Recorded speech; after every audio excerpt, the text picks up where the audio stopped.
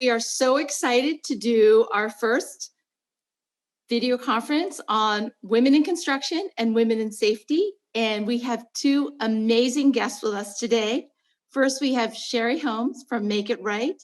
Ferri is a home renovator, a TV personality, a keynote speaker, and an advocate for women in trades. Ferri is a practical, innovative, creative, and influential safety professional who is out in the field all the time. She's also an author and a podcast host, and with her being a safety consultant as well. So welcome to you both. My name is Stephanie Hunter. I'm the co-founder and COO of Ving.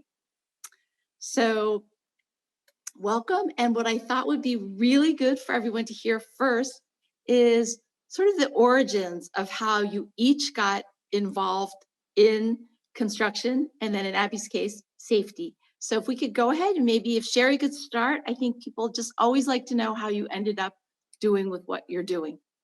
Sure. I think it's kind of a different story than most people expect because I didn't have any interest in construction, to be honest. My parents split when I was pretty young, and we would go and see my dad every other week for a couple of days. And he was usually on a job site. He was always working at his construction company. So a lot of the time we would go to a job site to hang out with our dad, or we would be at his house and building some kind of a project or working on things around the house. So when we were younger, we built, like little toolboxes or bird houses, cutesy little things like that. And then we go to his job sites and probably cause more of a ruckus than help. We would pretend we were helping, but we were mostly just making a mess and chasing each other around a site, which is not safe. I'm sorry, Abby. It is not a safety thing. It was quite a long time ago, so it wasn't as frowned upon. That's a terrible thing to just admitted, but yeah, we used to play around on a construction site. And then sometime in high school, I was always kind of the kid who never really knew what I was going to do. I always worked odd jobs, several at a time to make extra money, but I had no real direction. And my dad tried to talk me into joining the construction site, and I kept saying no. First of all, because I thought it was just kind of a fun bonding thing we did on the weekends, and secondly, because I had absolutely no interest in being on television. Long story short, because I talk a lot, so feel free to cut me off, but I ended up joining his company just to help with some editing while I was thinking about different school options. And somehow when he went down to New Orleans to build the first house after Hurricane Katrina, they convinced me to go because I was a backpacker. I love to travel, and you can't really say no to a new place you haven't been or to a family that desperately needs your help. And that was the first job I'd ever found myself like really wearing a tool pouch and doing the work. And I had absolutely no idea what I was doing. I didn't know how to read a measuring tape, and I had to have my brother teach me like around a corner because I didn't want everyone to know that I had no idea what I was doing. And I just had the attitude of doing the best I could, regardless of what my knowledge level was. And here I am. I think people would be surprised at that, how you came about at like a circle to get there. Yeah, for sure. Abby, how about you? Was your start also early on as well? A little bit, yeah. I resonate with the lack of direction. I feel like my construction story comes a little bit later in college. So I had started out. Rewind back to high school, I would work in an office at a construction company that was in my hometown. And there were these two people that were like never in the office. Yet, as the office assistant, I was delivering a paycheck to their desk, and then the paycheck would be gone the next day. And I was like, what kind of sorcery is this job that they do? And I learned that they were the safety guys. And so I just kind of filed that in my back pocket. And when I was ready to graduate from college, it was a year early. I finished my undergrad in 3 years. And the two guys I had talked to that were in safety, they both went through a master's degree program at the college I was at. So I thought, well, what the heck? It's a 1-year master's program in environmental health and safety. Seems cool. So I got in and I did it and I loved it. And I was the only person in my class that actually had any interest in construction. So whenever a company would come by to do recruiting or mock interviews that had to do with construction, everyone was just like, go talk to Abby. And it was actually great because then I had like no competition, even though, I did well for these job interviews. And I actually had a job before I graduated from college, and coming from northern Minnesota and then going to Southern California for my first job, it was pretty sweet. So yeah, I started in construction safety right off the bat, right out of college. And it's just been the best career path ever. I love being on a construction site. I think in college, one of my prerequisites or desires for a job was that I could wear jeans every day. So I get to do that.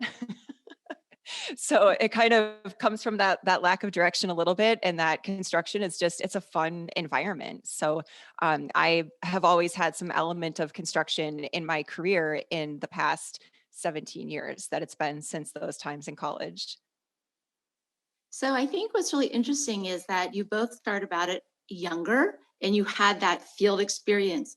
I know both of you spend time with younger women and mentoring and teaching. Do you think that's the same type of exposure they get? Like they have that aha moment similarly, or are there different opportunities for them? So how are you seeing women come into the construction slash safety area? Sorry, I don't want to cut anyone off, so I was Go hesitating for it. speaking there. I think it's a lot different now than it used to be. When I was in school, I don't really recall being presented the opportunity a lot, or did I have a lot of exposure to the career opportunities in the trades. It was kind of more home ec focused, for me anyway. And I guess that's showing my age a little bit, but I think nowadays it's so much better. Whether it's in what do you call like a counselor in school, or a career counselor, Yep. sorry, that was a pretty simple term. You can speak to them about different opportunities. There's so many options and so many careers under the umbrella of skilled trades that I wasn't aware of, and I didn't know it was a viable career option for me. But now people come in to speak in schools and they present these opportunities to young women as well as the boys in class. So I think it is a lot different. A lot more women are joining just because I don't think they had the knowledge and were aware that it was something that they could, run with and be great at. Yeah, I think there's definitely there's more girl power kind of stuff, right? Yeah. Like I helped out a local Girl Scout program. It's called Rosie's Girls. And so they have the Girl Scouts, like actual scout age. So like tweens and teen age, where they can actually use power tools. And they did do the birdhouse thing, and they've made some other projects. I forget, there was some mailbox or something that they did too. And I got to come in and do the safety training for it. So not only were the girls being exposed to construction and building and trades, and also the staff at the college that helped with this. It was majority female that was helping with the program. So they got the construction knowledge, but then they also heard about safety as a career. Because my selfish goal when I go out and talk to younger groups is not only to let them know that safety is a career path, but that it's awesome, and then also bring in the construction part of it too. So for me personally, I had no idea that safety was really a job. I think it was late high school, maybe early college, that my dad actually introduced me to an EH&S professional at the paper mill he was working at. So that was kind of an early introduction into safety. But again, I didn't really think of it as a career that was for me until I saw it a little bit later on. That's amazing. The Rosie's Girls. Oh Yeah. my goodness. Like I just, and to have girls be able to do it without the intimidation of having boys or men around them as well. So they can really focus on what they're doing instead of being scared or intimidated or nervous. Right. Yeah, they So did some cool. cool stuff. They with safety, we have a lot of fun props, right? So we get Yeah. to bring the PPE, and the girls like to try on the different PPE. And at this particular college here locally, Dunwoody College, one of the instructors is a woman in like an electrical program. So she's an electrician by trade. And so we got her dressed up in like the arc flash suits, and the girls think that's Hmm. really cool. Yeah, those are pretty cool.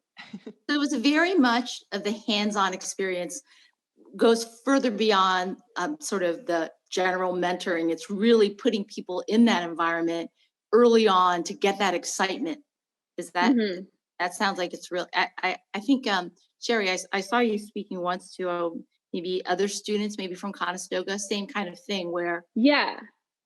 I work with Conestoga. I also work with Skills Canada, which I didn't mention. And Skills Canada is so wonderful because what they do is create, it turns into a competition, but they introduce skilled trades to, I think at public school ages. I'm terrible with children's ages, I'm sorry. But before they get into high school, so that they're exposed to all these different ideas. And it's called Try a Trade. So what they do is come to this area. We were traveling around Canada doing this, COVID. So unfortunately, it was more of a virtual thing this year. But so this Try a Trade, you go to this area that we have, and you go to each different station. You get to try a different trade. So whether that be carpentry, makeup, clay work, masonry, there's so many different options, and they get to experience these things. And I've also done the same thing with safety equipment, because I wasn't really aware of the different career opportunities within the safety realm. So I did get to try on all those suits and stuff on those kind of occasions, which is really fun. That's awesome. Yeah, there's actually there's a lot of women getting into the safety field now. And you could go like along gender stereotypes, which early in my career, people they'd first ask me, what's it like to be a woman in construction? And I thought, well, it's pretty awesome. I never really thought of it as a thing that would be not great. So I think that's key too, is just to show people just by you doing, just by you living your career, and you're like that living almost cartoon character. I see your Batman water bottle, and it's like Sorry it's about like a that. superpower. Almost like we're kind of cartoon characters to some of the kids, that they don't really understand what trades or careers are available to them. And I think what happens is when I love the Try a Trade and like the Rosie's Girls thing for that exact purpose, is that you see the light bulb go off for the girls a lot, where they're like, Mhm. oh, this is actually cool. I can do this, and what, someday I can get paid to do this. And that's when the true light bulbs go off, because then you can say, well, let me tell you, the average salary for an electrician here in my county, Hennepin County, Minnesota, I think is like $90,000 US. Wow. Yeah. Whoa. So you start dropping those stats Wow. to the kids, and they're like, oh, I could have a great paying job without going to college, plus get my training paid for. I mean, it's silly for people to not consider that as part of their career path. So really, it sounds like the numbers are going up. There's more interest, because I also know that there's a bit of a shortage right now in the trades, in construction, in safety. So where in construction, I think maybe it's around 9%, or like in that area, and the trades are even lower, maybe around 3%. In safety, you're not quite at 20%. So those numbers really have to come up pretty quickly to be able to have a stronger workforce available to do the work. Absolutely. I don't think the world really can run without trades, whether it be road work or, your skilled trade is hairdressing. So, men go to the hair salon how often? We won't have that. We won't have the opportunity to wait. Or in construction, obviously, the more people who want to renovate, the longer you're going to have to wait for someone who is skilled and knows what they're doing. Or for new builds and everything like that. It's going to spiral, and it's insane that people don't realize what a lucrative, amazing career it can be. And because we're in such need for people in the skilled trades, you don't necessarily have to go to college. Not that I'm saying schooling is bad, schooling is amazing, but you can get into those trades. We need to hire you. So you're going to have a job. You're going to get paid very well, and you're going to be so proud of yourself at the end of the day. And you can always go back. School's still there, Yeah. you could go back and imagine, someone that has pipe fitter experience in the field, and now they go back to college and they're going to be a project manager and get that engineering degree. I mean, that's a huge, awesome combination when they come back into the workforce. But I wanted to like switch a little bit, because it's like all like roses, whatever, that, hey, skilled trades and it's great and let's go. But the dark side to me is that often I see construction companies really saying like, we want women, we want diversity, we want, young people to enter the trades, but they're not thinking as much down the road about how they're going to keep those people. And something that I've talked to a lot of women about, especially women that have kids or families or other relatives that they have to take care of, is that the nature of a construction trade career, it can be so varied that you might have this one job site right now that's close to home, but then the next one is like 3 hours away. And the company's like, Mhm. yeah, just go, leave for a week and you come home on the weekend or just relocate. And not everyone can do that. So they do lose some of those great people that they attract to the profession. And I think what then happens is that construction has to figure out how they're going to retain us and the other women in the trades. It's a problem that we see right now. Are there any things that you see that are successful? I know something that's near and dear to your heart is mixing technology and other pieces and merging that together. So, there's the field work and then there's technology. I know that we spend a lot of time within our company looking at technology and figuring out what type of tools we can provide to people out in the field to make it easier. So when you talk about retention or learning or making the job easier, can you talk a little bit about that? Um, yeah, I mean, I'm seeing things where people are thinking outside of the box with like a subject matter expert. So maybe it's a tradesperson with longevity in the career. And then the people that are out at those remote project sites, they have a person they can call or a person they can do a video chat with to, if they have an issue and the person's working remotely and solo, maybe. So if someone can't travel to the next project site, they can still be available as like a remote subject matter expert. So that's one way. Mhm. And Sherry, do you Very guys, cool. I know that you do a lot with smart homes and technology that you introduce in the residential side. Are there Mhm. things that you see are coming more and more to the forefront and that homeowners need to consider about technology? Honestly, I think smart homes are blowing up. Everyone seems like, hey, the Alexa and Google Home and the Ring doorbell or Schlag locks. Like, there's always something. I see a lot more roof panels now for which is amazing, and just to help to conserve energy, and it's energy efficient. It saves money. Amazing. Um, I'm still, honestly, I think there's so much to learn about it, and there's so much always coming out. It's great, I think, when you have a family or when you have children. One thing that I love, and I always tell people, is the Schlag locks. So I have a lock system on my front door, and I can give people unique codes to get into my house when I'm home or not home. I can also talk to Google and say, like, open my front door, because it connects that way, which is really great. I have a kid. I always have my hands full. So it's good that everything can be done using words out loud, which is great. I talk too much, obviously. So that's one of the things that I think is so fabulous. And you're not giving keys away to your household. You're giving a passcode that can expire.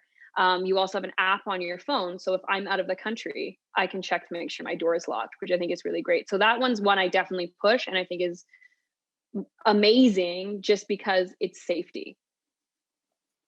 I And love certainly, that.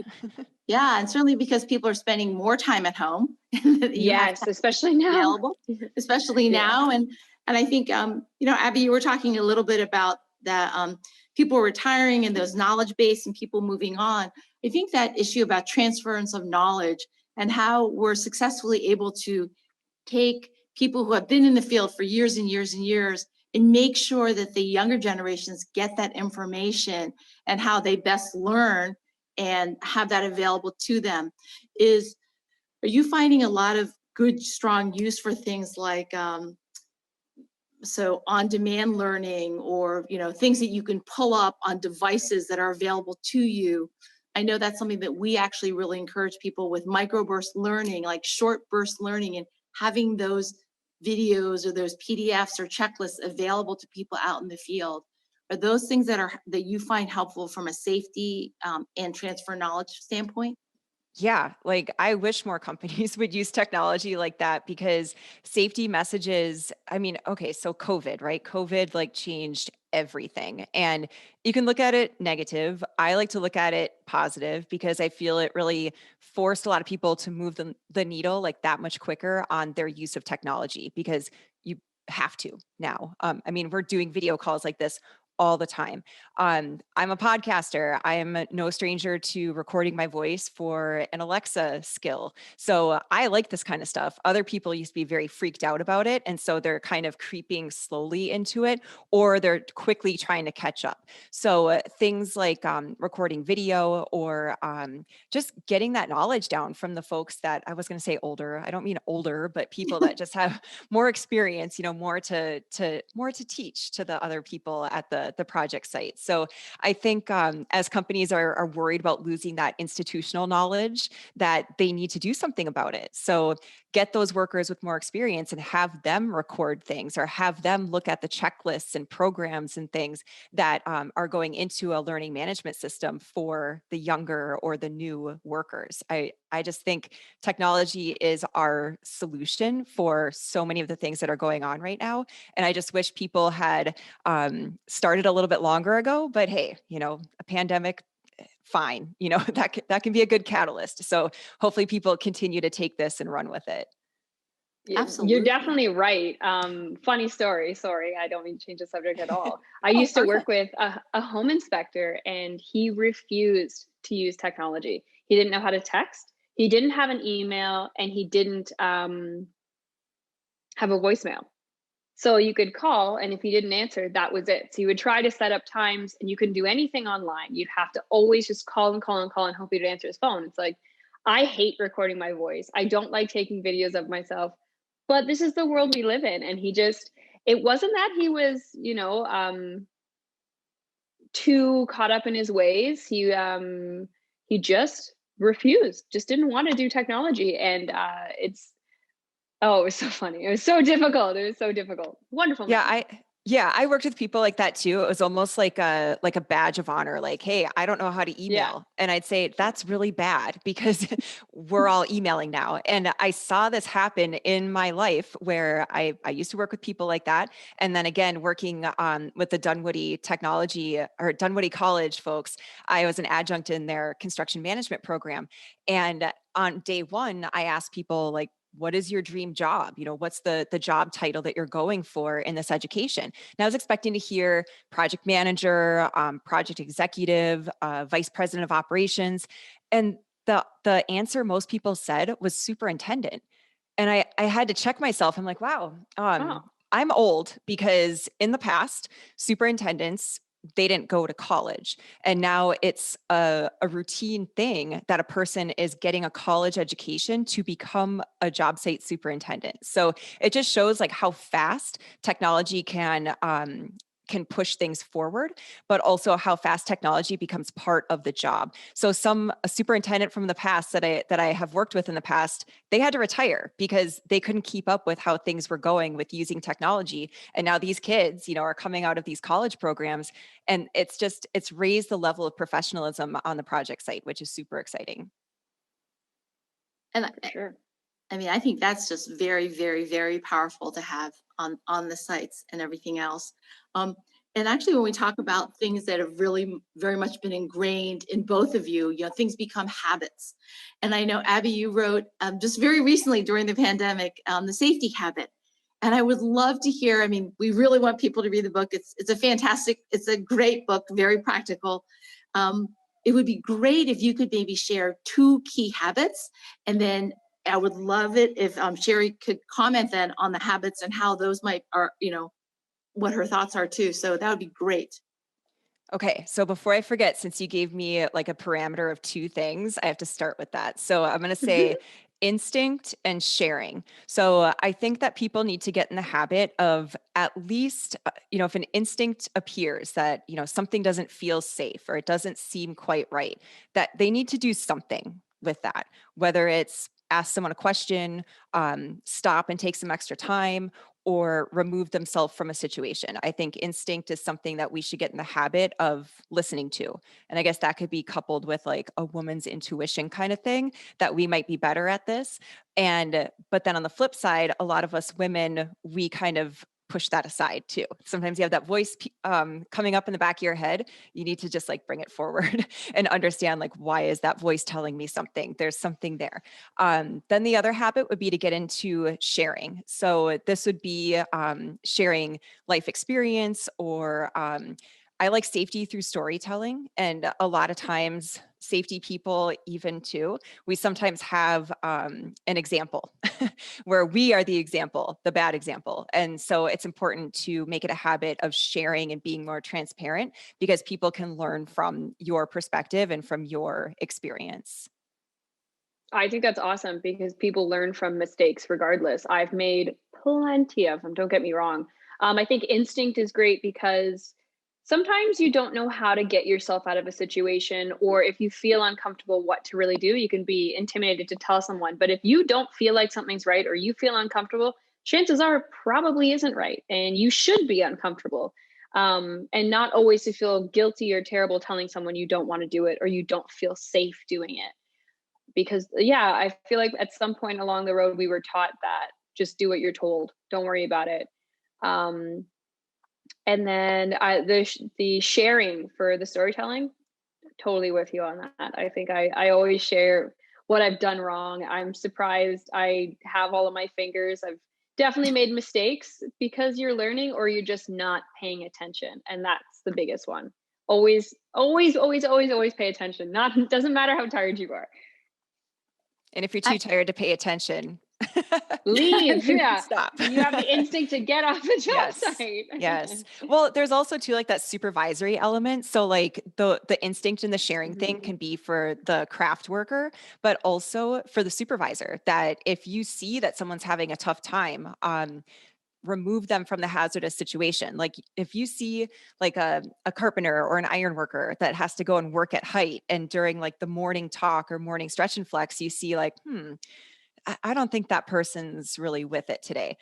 Do something about that, because if something were to happen, something negative, you would never live with yourself. So it's important to like speak that stuff out. And I think that's the perspective that women bring to the project sites and to safety, especially, is that care element, but also like just saying it, like I see Yeah. this, I'm going to say it, and we're going to do something about it. We're going to hash it out, instead of like a project manager that I used to work with, he called it the default to action, that a construction worker, typically male, just wants to get it done.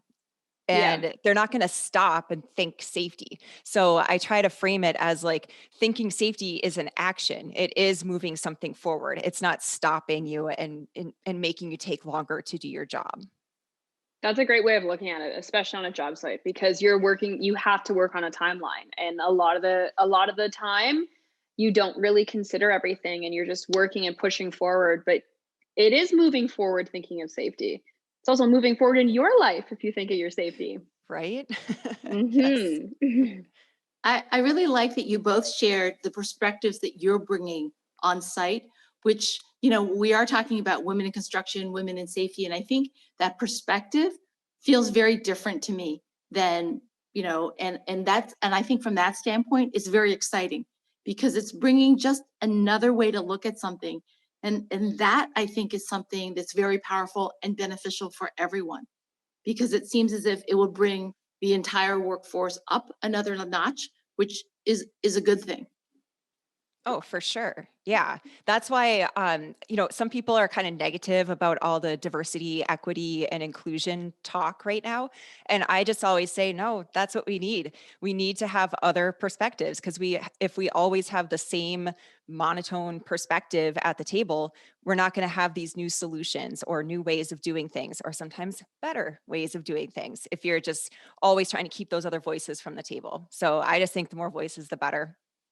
1000%. When I don't know, I'm just going to throw a story in here.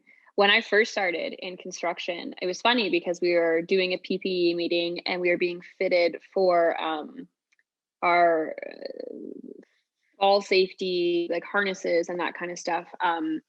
And they didn't have a harness that fit my body. So all the harnesses previously were made for men, not to mention that we have a chest area as well that needs to be kind of considered. So they didn't have something small enough. I could literally get several limbs through a loop at its tightest setting. And it was very uncomfortable and not thought of. Women have breasts, so it needs to be considered. They had to go in special order and make me a harness to wear on site Wait, because they didn't have those other voices. the one size fits all didn't fit? Weird, right?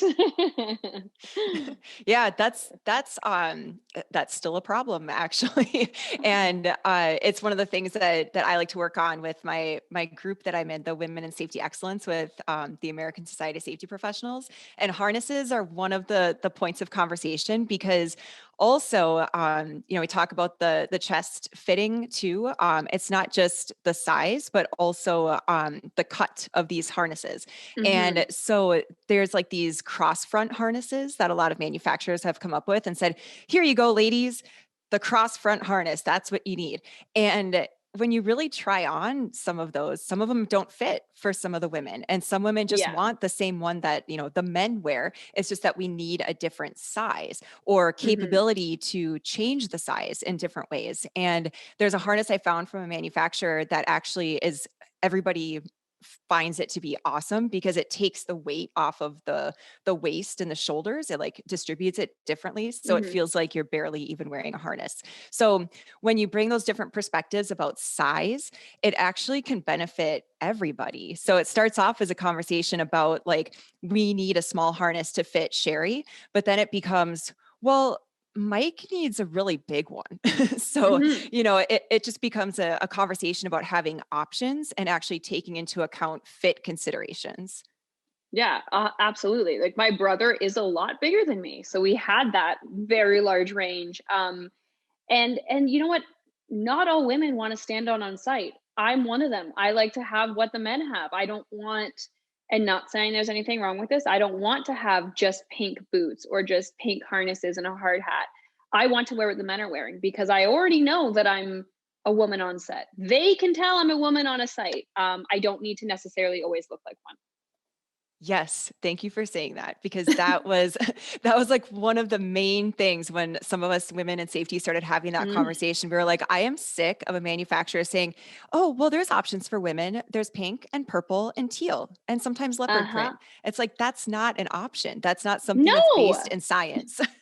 No, oh my God, it drove me crazy. I only recently started even wearing pink outside of work because I refused to look like that. And, when I first started in construction, I would get, called Barbie or this and that. And you just construction Barbie. I was like, that isn't funny. I don't, I think everyone's welcome to their own choices. I'm not saying it's bad. It's just not something, I don't think it should be our only option because some women don't want that. We're on a job site to work, not to stand out. Yeah, like sometimes you just want to be there just like everybody else. Yeah, absolutely. What I love that both of you are doing is kind of really what you were talking about speaking up and sharing your stories, because clearly both of you've gotten to a very high level of what you're doing. And I think the more and more people that can hear these messages and internalize them and not be afraid, who go into the fields, who go into trades and construction and safety and have mentors and people like the both of you, then I think we're heading in the right direction. I think that said, are there specific things, takeaways that companies can do that can really start addressing how women can move up as well? So getting into the fields is the first step. The other part, just learning and having an interest. And the next part is, how do they grow? How do we retain the women? How do they actually move into leadership positions like the both of you? Are there good takeaways that you could say to women who are interested in going the path, but saying, don't worry, you can get into it, but you can also keep on going? What are those things that you would want to say? That's a tougher question. I think I've been lucky enough with a lot of the places I've worked, that I think I would say to women, just push as hard as you can and work as hard as you can, and it will happen. Because I do think that men and and people in leadership roles respect that. So the more you prove that you want to be there, I think a lot more doors open for you. I tend to agree with that to a point. So I don't want to disagree, but I'll add something to that. I a couple weekends ago there was the Tradeswomen Build Nations event, and it was done virtually. And they had these breakout groups that were like, I think they were called lean-in circles, that a group had Hmm. experimented with it. And I watched the group and they introduced themselves, and I think the majority of the women in the group, they were like the top of their apprentice class, like all these accolades. And I thought, wow. And they even had issues on project sites. So Hmm. I think even if you're like the star performer, and a lot of women like they think they have to be that star performer in order to even be on like an even keel on a project site. And that's not right, because No. amongst the men, there's some crappy ones, on the project site, and they still get the same paycheck or still get, the opportunities for advancement. So I think there is strength in having groups that are geared towards women, because we do face unique challenges on the project site. Also, I think it's important for men to really demonstrate how they're allies. There's a lot of men that they're like, yeah, women in the trades, we love it. It's like, okay, show us. When Prove it. something comes up, like step in there and say something. Or if you're in a position to hire somebody or evaluate people for advancement, like make sure you're doing it fairly and that you're taking all these things into consideration. Make sure that you are removing barriers, for someone to be retained by a company if they, have a family or have other barriers and they can't travel to that other job site. Maybe there's an opportunity close to home, and it just takes a little creativity to find that. So I really, I I've been excited and energized by being in different groups that are just women focused, but I always now am making sure I don't miss the opportunity to call out the guys that have always said, like, you go, like, keep going. It's like, well, come with me or go first and make the introduction, and then we'll come in there. So that's my takeaway. You know what? You're right. That's absolutely right. I think women groups are very important because it's the support that you need without the intimidation or the anxiety that can sometimes come with both sexes talking about the same thing. But I also think that men need to step up. And you're right. Some of the men on job sites aren't on par with women. Some aren't doing what they should be and making the paycheck. It is all about support at the end of the day, and I totally agree with you. Awesome. I think everyone will be very, very excited about what both of you have shared. Very respectful of your time. Appreciate the insight you've had. I guess my last question would be, are there topics that I should have asked you that we didn't cover that you would like to share? You know what? A big one for me, and I'm only going to say it because it was something that I was terrified of. When I was pregnant with my daughter, I thought I would lose my job. I would be fired. I couldn't do it. And I think that's a very, very big issue for women in the trades or in safety. It's sometimes you're traveling, it's hard work. You don't always have the attention span. You don't want your home life to suffer. And I did a speaking engagement in, I think I was in, oh my goodness, where was I? I might have been in Texas. And I was 7 months pregnant. Um, and I asked all the women in the room, it was women in roofing, and I said, how many of you have children?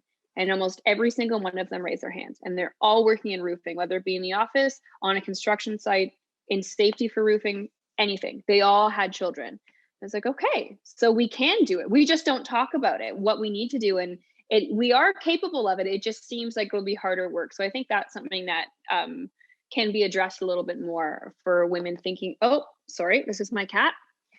For women thinking about getting into the industry is you can be a mom and still do it. Can you get off me? And a pet owner. Yeah, a pet owner. Sorry about that. That's awesome. Actually, one of my friends in safety, she just posted on LinkedIn today, and I saw it right before this. Her name is Camille Oakes, and she posted a selfie from a couple of weeks ago where you can see she's pregnant, and she has her Mhm. safety vest on. She has like a hairnet and her hard hat, and she's like, "See, we can do this. I honestly think she's 7 months pregnant as well at the time of the photo. And it made me think about a time I was about that pregnant too, where you're kind of big, where people are like, what do we do about this? Do we even Yeah, acknowledge that she's pregnant? Can we say anything? Because sometimes the guys are scared to say something. as So they should be. I would break the ice. Yeah. I would usually break the ice and be like, yes, I'm pregnant, and it's okay to acknowledge that now. But I remember I was working for an association at that time and was supposed to be doing job site visits for a like a safety excellence program. And people were terrified to invite me out to the job site to do a site Hmm. walk. And I had a couple of, male allies that they're like, well, come on out. It's fine. If you want, we can drive around on the cart. And I was starting to climb a ladder. And that's when they told me, maybe let's stay on the ground level. And that was confirmed by my doctor. So, Yeah. it just sometimes takes an ally to be like, yeah, like this is fine. And then the other people on the project site are like, oh, it's fine. Okay. And Yeah. when you're pregnant, it's like, I can be here until I'm delivering the baby practically. So As long as you're taking the safety measurements that you have to, and taking care of yourself and the child. But yeah, we can totally do it. yeah, We can do yeah, everything. Women are superheroes. You're right. heck yeah. It Can't is. I argue am with that. so glad that you actually brought that up because a long, long time ago. So when I was pregnant with my first one, which would be in the early 90s, I actually didn't tell anybody until I was 6 months pregnant. And so people thought I was just getting heavy, getting Yeah. heavy. And so I think I happily things have progressed a lot. But Sherry, to your point, people don't talk about it. So I'm No. glad that you raised it. It's like everybody would be doing that whole piece about work-life balance when there are moms who are, moms, dads, but a lot of moms who are working and having to do homeschooling for their children and doing other pieces. So they're juggling a lot of other parts. I'm very glad and grateful that you brought that up. It is something that people will say, oh yeah, we should be talking about that, but people aren't. So No, unfortunately.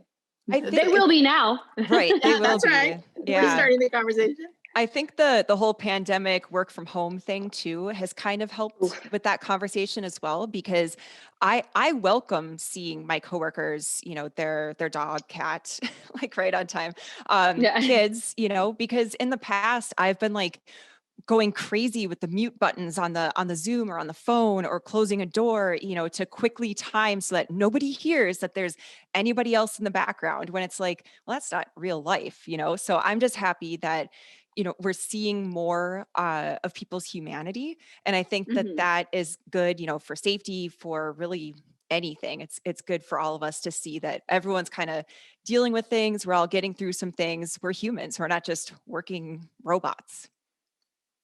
Well said. Absolutely. That's perfect. Well, thank you very much for your time and your honesty, sharing your stories and weighing in on some important topics that I think a lot of people want to hear about. And hopefully this is a start of a series of other conversations that we can have with the both of you, and expand it some to bring in other women to join us, and certainly some men as well.